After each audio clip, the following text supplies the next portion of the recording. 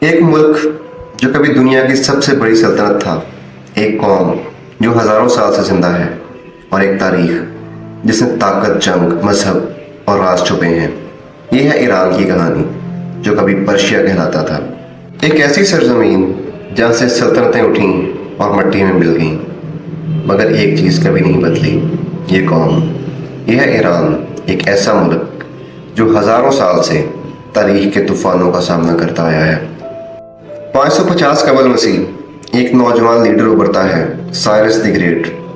اس نے صرف جنگیں نہیں لڑیں، اس نے نظام بنایا، مختلف قوموں کو ایک ساتھ رکھا، مذہبی آزادی دی، غلامی کم کی۔ اس کی سلطنت کہاں تک تھی؟ ترکی سے لے کے ہندوستان تک، مصر سے لے کے وسطی ایشیا تک۔ سائرس نے بابل فتح کرنے کے بعد لوگوں کو آزاد کیا، یہاں تک کہ یہودیوں کو بھی واپس جانے دیا۔ اسی لیے کچھ لوگ اسے انسانی حقوق کا بانی کہتے ہیں۔ پرشین امپائر اپنے عروج پر تھا، مگر پھر آیا ایک دشمن، یونان۔ یہ وہ جنگ تھی جہاں 300 اسپارٹن فوجیوں نے ہزاروں ایرانو فوجیوں کا مقابلہ کیا۔ پھر میراتھن، پھر سیلمس۔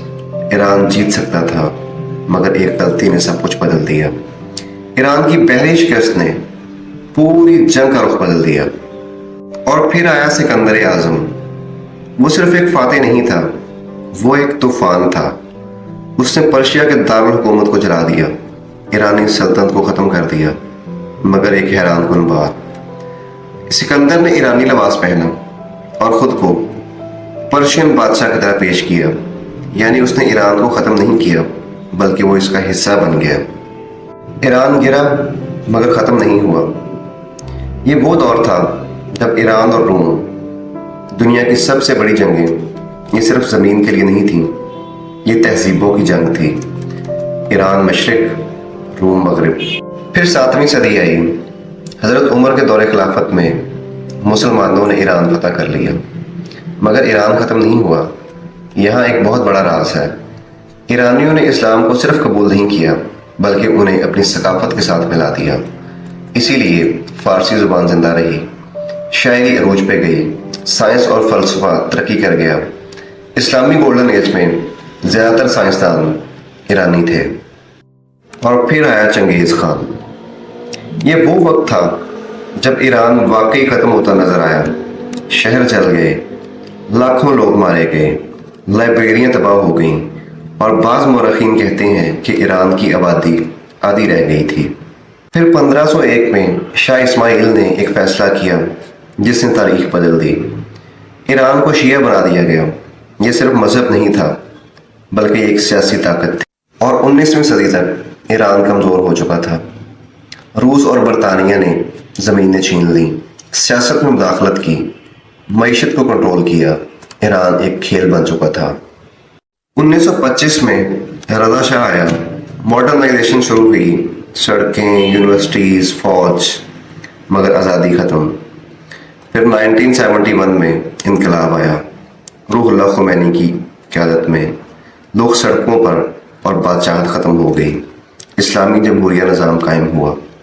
اور اس کے بعد پھر ایران عراق جنگ 8 سال تک چلی، لاکھوں اموات ہوئیں۔ پھر نیوکلیئر ٹینشن، پابندیاں، پروٹیسٹس، مگر ایران آج بھی کھڑا ہے۔ ایران کبھی مکمل طور پر ختم نہیں ہوا، ہر حملے کے بعد واپس آیا، اور پرشین کلچر نے اسلام کو شیپ کیا۔ اس نے علماء دیے، شاعر دیے، فلسفی دیے۔ ایران ہمیشہ ایک ریجنل پاور رہا ہے، چاہے حکومت کوئی بھی ہو۔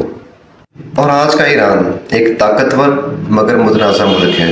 نیوکلیئر پروگرام، عالمی پابندیاں، اندرونی احتجاج، مگر اس سب کے باوجود یہ ملک کھڑا ہے۔ ایران کی کہانی صرف تاریخ نہیں بتاتی، بلکہ یہ سبق ہے کہ قومیں تباہ ہو سکتی ہیں، مگر کبھی ختم نہیں ہو سکتی۔ ناظرین، ایران ہی وہ اکیلا ملک ہے جس نے اسرائیل اور امریکہ کو للکارا اور فلسطین کی کھل کر حمایت کی۔ اور اسی پداش میں اسرائیل اور امریکہ نے مل کر ایران پہ جنگ مسلط کر دی۔ ہماری اللہ پاک سے دعا ہے کہ وہ ایران کو فتح یاب کرے اور امریکہ اور اسرائیل کو نیست و نابود کرے۔ اگر یہ ویڈیو آپ کو پسند آئی تو ویڈیو کو لائک کریں، چینل کو سبسکرائب کریں، اور کامنٹ میں بتائیں کیا ایران مستقبل میں سپر پاور بن سکتا ہے۔